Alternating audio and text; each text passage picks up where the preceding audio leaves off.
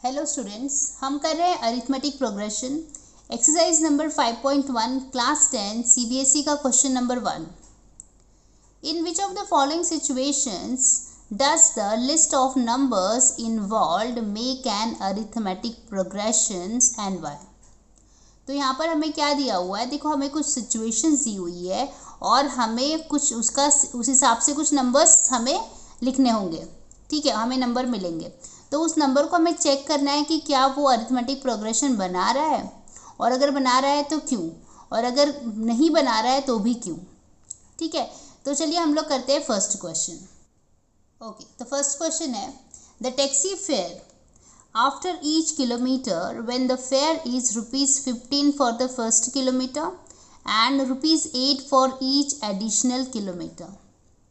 तो क्या बताया हमको कि फर्स्ट किलोमीटर के लिए आपको 15 रुपये भरने पड़ेंगे, 15 रुपीज़ भरने पड़ेंगे, और उसके आगे आप जितना भी किलोमीटर ट्रैवल करोगे ना आपको हर बार 8 रुपीज़ एक्स्ट्रा देना पड़ेगा। मतलब क्या, मतलब देखो, ओके, फेयर फॉर, देखो फेयर फॉर 1 किलोमीटर कितना होगा, कितना है फर्स्ट 1 किलोमीटर के लिए, तो भाई आपको 15 रुपीज़ तो भरना ही भरना है।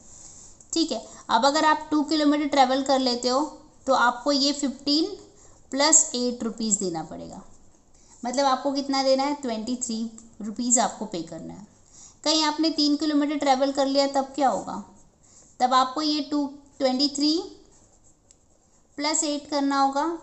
23 रुपीज़ तो आपको 2 किलोमीटर का देना ही है, और उसके बाद आपको 1 एक्स्ट्रा किलोमीटर के लिए 8 रुपीज़ देना है। मतलब ये कितना हो जाएगा, देखो 23 प्लस 8 हम करेंगे तो हमें मिलेगा 31।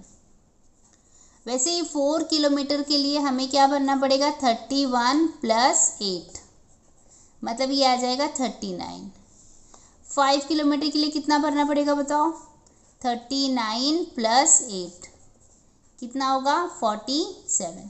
तो आप क्या देख रहे हैं, हर बार 8 रुपीज़ बढ़ रहा है। जितना भी हमारा पिछला वाला जो भी अमाउंट होगा उसमें हमें आगे 1 किलोमीटर के लिए 8 रुपीज़ और पे करना होगा। तो हमें क्या समझ में आ रहा है, देखो हमारा सीरीज़ क्या बनता है, सीरीज़ क्या बनेगा हमारा, पहले हमको 15 आता है, राइट, फिर आता है 23, राइट, फिर क्या आता है 31 आता है, फिर 39 आता है, और फिर 47, और फिर हम आगे भी कैलकुलेट कर सकते हैं। तो देखो अगर ये एपी में होगा तो इसका मतलब यहाँ पे जो डिफरेंस होगा वो कॉमन होगा। मतलब हर आगे वाला टर्म में से अगर हम लोग पीछे वाला टर्म को माइनस करेंगे तो हमें सेम वैल्यू आना चाहिए। तो चलो सबसे पहले हम 23 को अगर हम 15 से माइनस कर लेते हैं तो कितना आएगा, 8 आ जाएगा। ठीक है, अभी हम अगला टर्म मतलब 31 में से अगर 23 माइनस करते हैं तो भी हमें कितना मिल रहा है, 8 मिल रहा है। उसका अगला टर्म 39 माइनस 31 करेंगे तो भी 8 मिलेगा। तो इससे हम क्या कंक्लूड कर रहे हैं कि यहाँ पे डी डाल देते हैं, मतलब हमें डिफरेंस हमने चेक किया है सबका, तो इसका मतलब D is constant. So as the D is constant और the difference is constant it forms arithmetic progression. तो हम लिखेंगे एज डिफरेंस इज कांस्टेंट